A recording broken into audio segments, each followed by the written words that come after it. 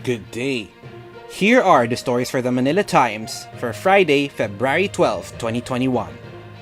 The Chinese pharmaceutical firm Sinovac Biotech Limited will be the first to ship a COVID-19 vaccine to the Philippines.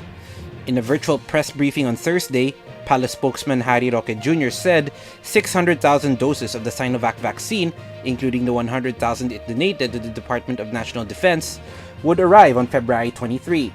Another early vaccine shipment, coming from the COVAX facility, was also expected within days, Roque said, without giving an exact date. The Philippines has secured 25 million doses from Sinovac, although it has not applied for emergency use authorization with the Food and Drug Administration. The Department of Health has reported spikes in COVID-19 cases in at least 3 regions in the country and warned of another surge during the Lunar New Year today and Valentine's Day. Dr. Althea De Leon of the department's Epidemiology Bureau said, based on the overall caseload, the national COVID-19 growth rate has dropped a bit and the healthcare utilization rate for all regions is in the safe zone.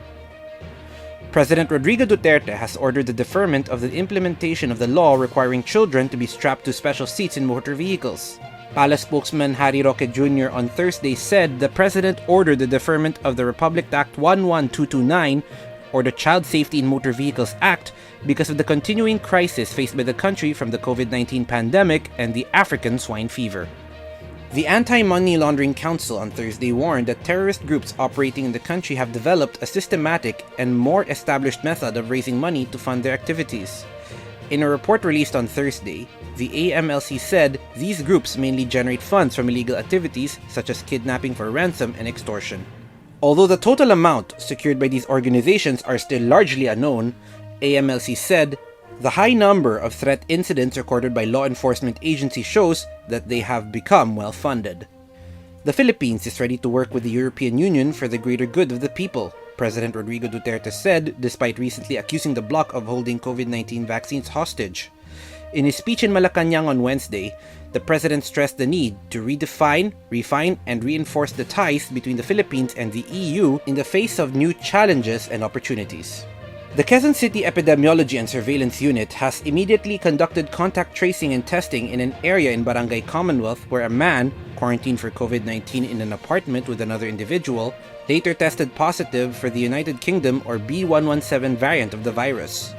Mayor Josefina Belmonte instructed the CESU to quickly isolate the two and have them transferred to the Hope facility after she received a report on February 10 from the Department of Health that the man tested positive for the UK variant.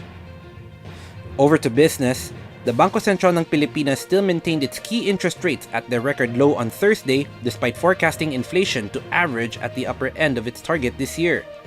Overnight borrowing, lending, and deposit rates remained at 2%, 1.5%, and 2.5% respectively, after the central bank's policy-making monetary board held its first rate-setting policy meeting for 2021. In sports, Japan's Kyodo News Agency and others reported on Thursday, citing unnamed sources, that Yoshiro Mori will step down on Friday as the president of the Tokyo Olympic Organizing Committee. The move follows his sexist comments about women more than a week ago and an ensuing and rare public debate in Japan about gender equality. A decision is expected to be announced on Friday when the organizing committee's executive board meets. The executive board of Tokyo 2020 is overwhelmingly male, as is the day-to-day leadership. Rigoberto Tiglao and former Executive Secretary Ruben Torres are today's front-page columnists. Tiglao looks into the news and views of the Philippine Daily Inquirer, while Torres makes his Times debut by discussing work in the time of the COVID-19 pandemic. Today's editorial calls on the Interagency Task Force on Emerging Infectious Diseases to wake up, as Filipinos are the most disapproving of a government's COVID-19 response in Southeast Asia. Read the full version on the paper's opinion section or listen to the voice of the Times. For more news and information, get a copy of the Manila Times on print, subscribe to its digital edition, or log on to www.manilatimes.net. Follow us on Twitter, Facebook, or Instagram, and keep up with the Times. With the Fort Villaseran, this is Arik John Sico reporting. Happy Chinese New Year and stay safe.